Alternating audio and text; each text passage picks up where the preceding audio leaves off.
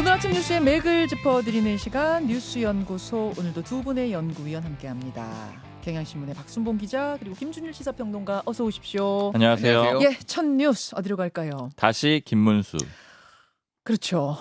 참 주말 사이에 벌어진 일들을 이거를 정리를 한 2, 3분 내에 할 수 있을까 싶을 정도로 다이내믹한 일들이 벌어졌고, 그래서 결론은 다시 김문수 후보로 결정이 됐습니다. 네. 흐름을 쭉 한번 짚어보면은요. 예. 지난 3일에 김문수 후보가 전당대회에서 승리를 해가지고 후보가 됩니다. 네. 근데 그 전날에 한덕수 후보가 무소속으로 나오게 돼요. 그리고 국민의힘 지도부는 단일화를 해야 된다, 이런 입장이었고, 예. 김문수 후보는 입장이 좀 바뀌었죠. 원래 음. 즉시한다라고 했는데 입장이 바뀌면서 이게 평행선을 쭉 달리게 됩니다. 그러다 보니까 당 지도부는 강제 단일화를 시도하려고 하고, 김문수 후보는 버티기를 하는 그런 대결이 지난 일주일 동안 쭉 이어졌던 겁니다. 예.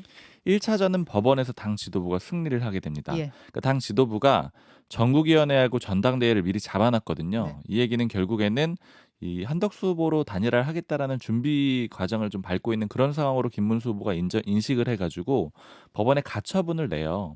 왜냐하면은 지도부가 일단은 공천장을 안 줬습니다. 그러다 보니까 대선 후보 지위를 좀 인정해달라, 이렇게 법원에 가처분 신청을 내게 되고, 그다음에 방금 말씀드렸던 전국위원회나 전당대회, 이것도 개최하지 말아달라, 이걸 막아달라, 이렇게 법원에 가처분 신청을 내게 되는데, 이게 금요일 오후에 기각이 됩니다. 그렇죠. 그러니까 금요일 오후만 해도 법원이 당의 손을 들어주면서 이제 한덕수 후보가 최종 후보가 되는구나 분위기였어요. 네. 그랬는데도 협상은 실패를 합니다. 그리고 나니까 사실은 이 지도부 입장에서는 부담이 없어졌으니까 당연히 단일화 협상이 잘 될 거라고 봤는데, 네. 김문수 후보가 꾸준히 버텼고, 그래서 음흠. 두 번에 걸친 실무지 협상이 다 무산되거든요. 네. 근데 사실 이 과정들을 보면은 양쪽 다 좀 겉도는 분위기가 있었고, 특히 한덕수 후보도 좀 느긋해졌습니다. 막 적극적으로 만나는 그런 분위기가 아니었어요. 왜냐하면 강제 단일화도 가능하다라는 그런 옵션이 생겼기 때문에 이렇게 인식한 걸로 보여요. 네. 그 다음에 결국에는 협상이 안 되니까 당 지도부가 강제 단일화 플랜을 가동을 합니다. 음흠. 금요일 밤 9시에 바로 의총을 열어가지고 이 후보를 재선출할 수 있는 결정 권한을 비대위로 넘기는 안건을 통과시켜 버립니다. 네. 의원이 근데 많이 참석을 안 했어요. 64명 참석해가지고 60명 찬성으로 통과가 됐고요. 네. 그다음에 바로 비대위하고 선관위 열어가지고 후보를 재선출합니다. 그리고 이제 10일 오전 1시, 그러니까 새벽이 되는 거죠. 네. 그 새벽 1시에 김문수 후보의 선출을 취소해 버립니다. 음흠. 그리고 새벽 3시부터 4시까지 1시간 동안 후보 등록 접수를 다시 받거든요. 바로 이제 요 부분부터가 밤사이에 무슨 일이 벌어진 거야, 이렇게 되는 거잖아요. 네, 한덕수 후보가 등록을 하게 되는데 1시간 동안 후보 등록 접수를 하는데 서류 낼 게 굉장히 많거든요. 네. 이거 다 일사천리로 내고 등록까지 마칩니다. 그리고 음. 나서 후보로 한덕수 후보가 선정이 된 거죠. 오전, 새벽입니다, 여러분. 새벽 3시에서 4시 사이에 국민의힘의 대통령 후보로 등록한 사람은 이제 한 사람밖에 없는 거예요. 한덕수 후보. 네, 예. 그렇게 됐는데 당원들에게 찬반 의견을 물어봐 놨거든요. 그 결과가 그 당원 찬반 투표, 그러니까 한덕수 후보로의 후보자 선정에 동의하십니까? 찬성하십니까? 이 찬반 투표를 굳이 돌린 이유는 어떤 근거를 확보하기 위한 거였을까요? 명분? 그렇죠. 왜냐하면 무리함에 대한 비대위 명분? 차원에서 할 수가 없고, 사실은 후보를 교체한다라는 것 자체가 이 내부적으로 의견 들어보면 불가능하다라는 얘기들을 많이 했어요. 그러니까 제가 이렇게도 물어봤었거든요. 전당대회 다시 열어가지고 전당원 투표하면 가능하냐라고 하는데, 현실적으로 좀 어렵다, 이런 얘기들을 좀 많이 했습니다. 예. 그러니까 결국에는 지도부 입장에서는 이 정당성에 대한 부담이 굉장히 컸을 겁니다. 예. 그러다 보니까 당원들의 의견을 물어봐 놓은 상태였는데, 당연히 지도부 입장에서는 찬성할 거라고 봤던 거죠. 그렇죠. 왜냐하면 그 전에 여론 자체가 한덕수 후보로 가야 된다는 여론이 많았고, 네. 단일화도 필요하다는 의견이 80% 넘게 압도적이었으니까 그럴 네. 거라고 봤는데, 그 결과를 10일 밤 11시 15분에 발표를 하게 됩니다. 그랬더니 반대표가 더 많이 나왔습니다. 여기서부터가 반전이었죠. 김문수 후보 측에서도 생각 못했대요. 네. 이렇게 나올 줄을. 맞습니다. 아무도 사실은 예측을 못했습니다. 네. 그러니까 당원들이 뭐라고 표현할까, 일종의 자정작용, 반대작용을 했는데, 그러면서 후보 교체 절차가 바로 중단이 돼버립니다. 그리고 김문수 후보의 자격은 다시 회복이 됐고요. 그래서 또 한 번 자고 일어나니까 김문수 후보가 돼 있었던 그런 상황이 됐습니다. 그래서 어제 김문수 후보가 최종 후보로 선관위에 등록을 하면서 이 일주일간의 갈등은 일단은 김문수 후보의 승리로 끝이 났습니다. 네. 예. 권영세 비대위원장은 책임지고 사퇴를 했고요. 권성도 원내대표는 사퇴를 안 했습니다. 일단은 김문수 후보가 인정을 해줬는데 다만 당내에서는 원내대표도 당연히 사퇴해야 되는 거 아니냐. 왜냐하면 권성도 원내대표 굉장히 후보 교체하려고 적극적으로 나섰었잖아요. 그러니까 이런 분위기들이 좀 남아있고요. 그러니까 일종의 잔불이 남아있다라고 볼 수 있겠죠. 근데 그게 잔불 정도인지 아닌지 잘 모르겠어요. 일단 김문수 후보는 어제 한덕수 총리하고 막 허그하면서 사진 좀 보여주세요. 훈훈한 모습들 연출하고 또 의원들 앞에서 큰절도 하고 이러면서 애써 봉합하려는 느낌을 받았거든요. 근데 당의 한동훈 뭐 전 대표라든지 안철수 후보라든지 이런 분들은 책임자에 대한 문책하고 가야 된다. 싼 건 다 물러나라. 이런 입장이잖아요. 맞습니다. 예. 배현진 의원 같은 경우에도 공식적으로 입장을 냈거든요. 예. 원내 지도부가 책임져야 된다라고 했는데 일단은 원내대표 선거까지 하는 게 좀 부담스럽기 때문에 두고 보는 그런 분위기가 좀 있습니다. 그리고 나서 이 권영세 비대위원장이 그만뒀잖아요. 네. 그러니까 이제 새로운 비대위원장이 필요했는데 네. 김용태 의원을 또 지명을 했습니다. 이것도 밤사이에 벌어진 일입니다, 여러분. 네. 김용태 의원 아시죠? 35살 청년 의원 김용태 의원이 밤사이에 국민의힘의 비대위원장으로 내정. 사실상은 확실한 거죠. 그렇죠. 후보가 지정을 했고 그 김용태 의원한테 얘기 들어보니까 이제 후보가 직접 연락이 왔다라고 하고 이제 개혁을 하는 그런 메시지를 많이 낼 수도 있는데 괜찮겠느냐 이렇게 물어보니까 거기에 대해서 동의를 해가지고 예. 이제 사실상 수락을 한 상태고요. 오늘 아침에 김문수 후보가요. 첫 공식 일정으로 저기 가락시장 갔거든요. 거기에 이미 김용태 비대위원장 내정자가 함께했더라고요. 네.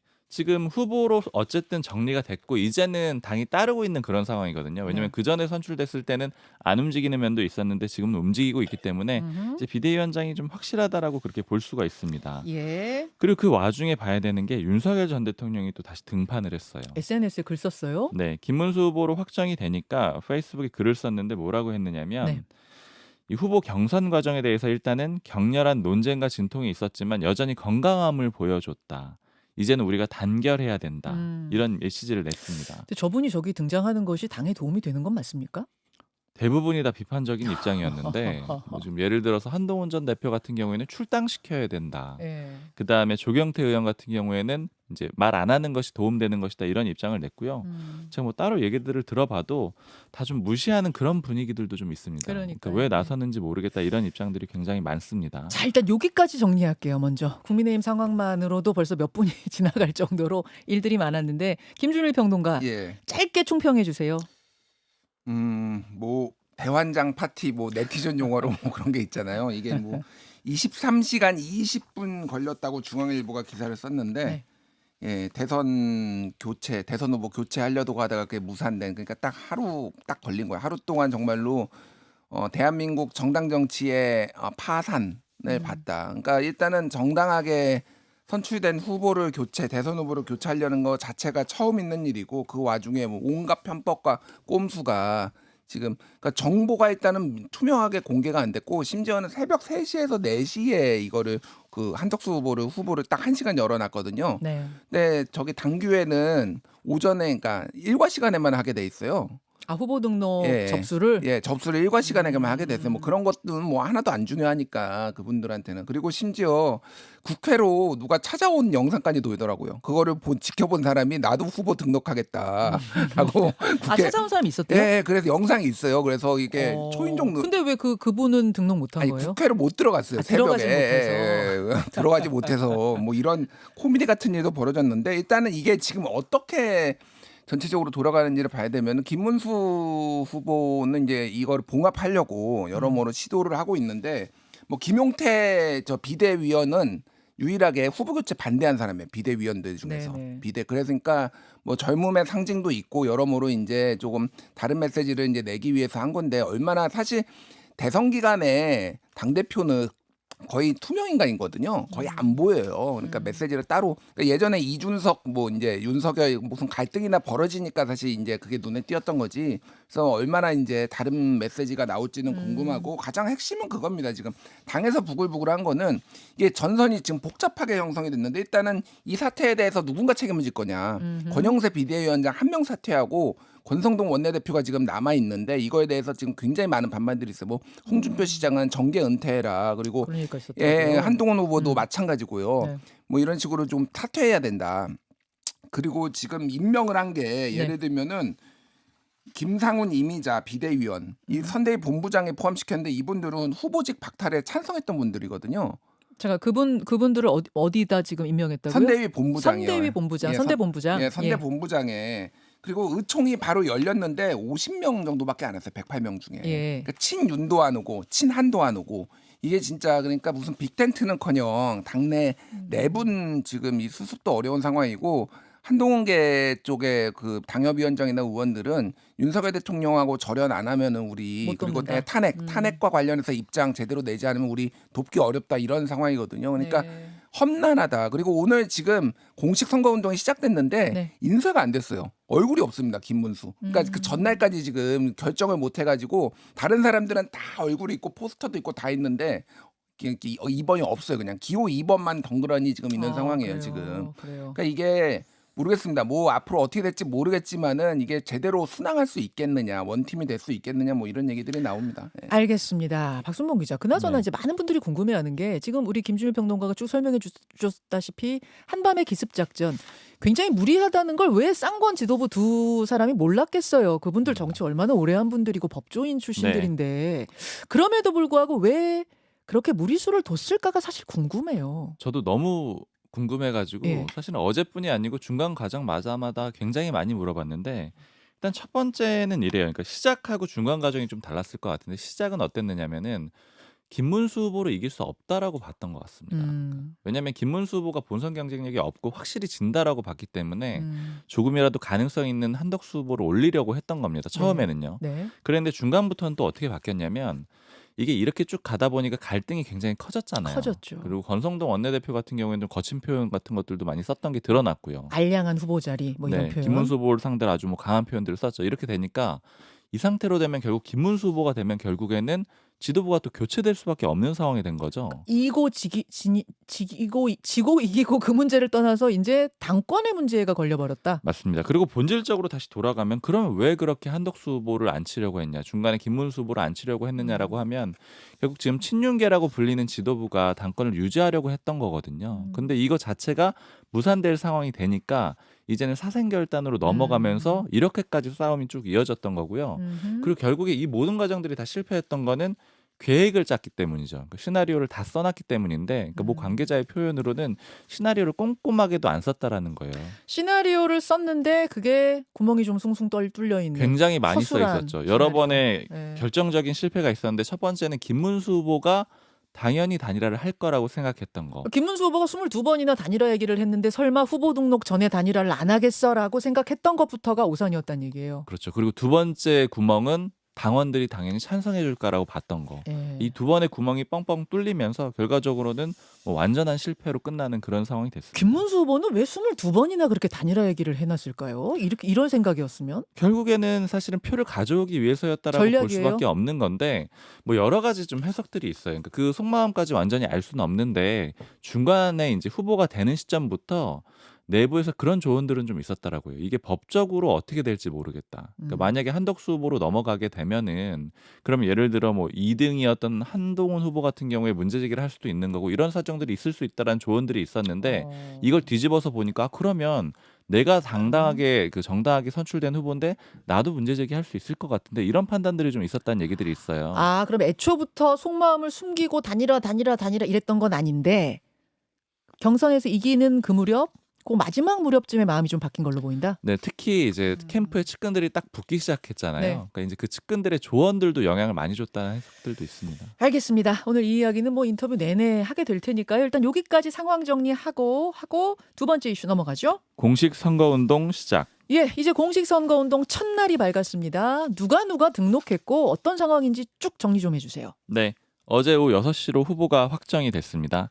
1번, 그러니까 의석수 기준대로 쭉 가거든요. 네. 1번이 이재명 민주당 후보, 네. 그다음에 2번이 김문수 국민의힘 후보. 네. 원래 3번이 있어야 되는데 조국혁신당이 후보를 안 냈어요. 그래서 결번이 됐고요. 네. 4번이 이준석 개혁신당 후보입니다. 음흠. 5번은 권영국 민주노동당 후보, 6번은 구주와 자유통일당 후보, 7번이 황교안 후보입니다. 네. 그러니까 뭐 주요 후보로는 지금 이재명, 김문수 후보하고 이준석 후보가 꼽히고 있습니다. 오늘부터 공식 선거운동을 시작을 하는데 일단 이재명 후보는 오전 10시에 광화문으로 갈 겁니다. 네. 그러니까 청계광장으로 가는데 여기가 그 윤석열 전 대통령 탄핵을 이제 심판을 인용해달라 이렇게 헌재에 촉구했던 시민들이 모였던 곳이고 또 민주당 의원들이나 이재명 후보가 갔던 곳이거든요. 그러니까 민주당 쪽의 설명은 여기가 빛의 혁명을 상징하는 곳이다 이렇게 얘기를 하고 있어요. 네. 그러니까 즉 뭐 다른 설명을 더 들어보면은 결국 내란은 아직 끝나지 않았다라는 점을 강조하려고 하는 거고요. 네. 특히 민주당 쪽에서 나온 얘기는 김문수 후보가 됐기 때문에 이 프레임이 훨씬 더 잘 먹혀들 것이다 이렇게 보고 있습니다. 뭐 이후에 지금 뭐 성남 판교, 화성 동탄, 또 대전 이런 곳들을 쭉 찾아서 유세를 이어갈 거고요. 네. 김문수 후보는 아까 말씀해주신 대로 송파구 가락시장을 방문을 했습니다. 그 다음에 좀 주목되는 거는 다시 여의도 중앙당사로 와서 중앙선대위회의를 주재할 건데 지금 준비 안 된 게 너무 많아요. 그렇죠. 그러니까 그러다 보니까 지금 당장 트럭도 어제 기준으로 보면은 포스터도 제대로 못 붙여놨거든요. 그리고 선대위도 내부를 좀 뒤집어 엎을 수 있다는 얘기들이 많습니다. 뭐 관계자한테 들어보니까 내부 시안들이 있었잖아요. 원래 네. 만들어 놓은 거 이런 네. 것들 다 뒤집어 엎고 있다라 그래요. 그러니까 김문수 후보 캠프 쪽에서요. 어. 그러니까 전열을 더 가다듬어야 되는 상황이기 때문에 일단 회의를 주재하고요. 예. 그다음에 대전 현충원 가고 또 네, 뭐 이런 일정들을 쭉 합니다. 이준석 후보는 전남 여수의 국가산업단지에서 첫 일정 할 겁니다. 자, 김준일 평론가. 예. 7명의 사진 저희가 보여드렸어요. 중앙선관위가 내놓은 사진이거든요. 7명. 일단 의미 있는 지지율이 나오는 사람들로만 좀 압축해보면 3명 정도 되는 거고요. 그러니까 일단 이번 특징이 뭐냐면은 87년 이후로 대선 후보 등록한 사람이 제일 적어요. 아, 예. 그래요? 예. 이번 뭐 여러 가지 이유가 있을 텐데 아마 이재명 대세론 뭐 이런 것이 좀 많이 영향을 주지 않았을까. 또 이제 이렇게 비상계엄 이후에 불법 비상계엄 이후에 지금 있었던 좀 혼란스러운 상황이 된 것 같고. 뭐 나이가 굉장히 이 레인지가 굉장히 넓다고 할까요? 범위가? 김문수 후보 73세부터 이준석 40세까지 나이 차이가 30년이 넘어요. 그러니까 후보들끼리. 그러니까 이것도 굉장히 이제 눈에 띄는 거고. 전과가 굉장히 눈에 띄는데 그 송진호 후보는 전과 17번 그러니까 17건이 있어요. 송진호 후보는 뭐 무소속 무소속이에요? 후보에 무소속 후보인데 사기 전과 등등이 굉장히 많고 그다음에 권영국 4건, 이재명 3건, 김문수 3건 그리고 뭐 이준석은 0건, 황교안 0건 뭐 이렇게 나와 있습니다. 그래서 뭐 전체적으로 보면은 이번에 여성 후보가 없는 것도 2007년에 여성 후보가 한 번 없었거든요. 네. 그리고 여성 후보가 없는 것도 좀 눈에 띄고 전체적으로 보면은 크게 보면 이제 3자 구도가 됐다. 그러니까 우리나라 대선이 양자 구도냐 아니면 다자 구도냐 이렇게 여러 번 갈렸잖아요. 네. 근데 보면은 이게 짝수에 열린 대선들은 대체적으로 2012년이라든지 2002년도 뭐 3자 구도에서 이제 단일화로 양자 구도가 됐는데 그리고 2022년도 그렇고 양자 구도가 좀 많이 됐고 홀수에 열리는 거는 다자 구도가 많았어요. 또 그런 걸 2017년. 데이터로. 예, 2017년도 5자 구도였고 그러니까 신기하네요. 이번에도 좀 이제 다자 3자 구도가 됐는데 이준석 후보가 뭐 끝까지 완주하겠다. 국힘한테 이제 단일화 얘기 꺼내지도 마라 이런 얘기했고 이준석 후보가 얼마나 선전할지가 굉장히 좀 눈에 이제 왜냐하면 국힘에서 저 정도가 나와가지고 보수 진영에서 나는 차라리 투표 포기하거나 차라리 이준석 찍겠다라는 사람도 꽤 이제 막 나온다는 얘기들을 개혁신당 쪽에서 얘기를 해주더라고요. 여론조사 하나만 소개시켜드리겠습니다. 리얼미터가 에너지경제신문 의뢰로 지난 7일에서 9일 만 18세 이상 유권자 1,508명을 대상으로 ALS 전화조사를 했는데 네. 3자 구도 3명 후보 물어봤거든요. 이재명, 김문수, 이준석. 이재명 52.1, 김문수 31.1, 이준석 6.3. 그래서 뭐 이준석 후보는 이제 한 자릿수인데 얼마나 더 올라갈지 김문수 후보가 이재명 후보랑 얼마나 좁힐지 우리나라에서 대선에서 가장 1, 2위 후보 격차가 많이 났던 게 퍼센테이지 기준으로 네. 2007년이거든요. 아. 그때가 이명박 48, 정동영 26. 그래서 네. 22%포인트 차 나는데 지금 20%포인트잖아요. 네. 21%죠, 정확하게. 그러니까 지금 2007년하고 지금 구도가 비슷해지는 거 아니냐. 그런 얘기들이 좀 많이 나옵니다. 오늘 방송에서 소개할 모든 여론조사의 자세한 사항은 중앙선거 여론조사 심의위원회 홈페이지 참고하시면 되고요. 세 번째 이슈는 경제 이슈인데 이거 소개해야겠습니다. 박 기자. 네, 미중 무역 협상입니다. 미중 무역 협상이 어제 기준으로 우리 시간 어제 기준으로 이틀째 하고 있는데 일정한 결론에 좀 도출한 걸로 보입니다. 왜냐하면 오늘 중이나 혹은 내일 새벽에 우리 시간으로요. 네. 공동 성명을 양측이 발표를 할 거거든요. 어. 그러니까 아마 좀 결론을 도달했다 이렇게 볼 수가 있고요. 음흠. 뭐 앞서서 트럼프 대통령 같은 경우에는 큰 진전을 이뤘다 이런 얘기도 했습니다. 이거 왜 하는 거냐면은 미국이 중국에 145% 관세 부과했잖아요. 네. 중국은 125%로 맞서고 있고요. 그러니까 이런 상황 해결하기 위해서 만난 건데 공동 성명 낼 거니까 일부는 좀 타협을 이룬 걸로 보입니다. 여기까지 보겠습니다. 두 분 수고하셨습니다. 감사합니다. 김현정의 뉴스쇼는 시청자 여러분의 참여를 기다립니다. 구독과 좋아요, 댓글 잊지 않으셨죠? 알림 설정을 해두시면 평일 아침 7시 10분 실시간 라이브도 참여하실 수 있습니다.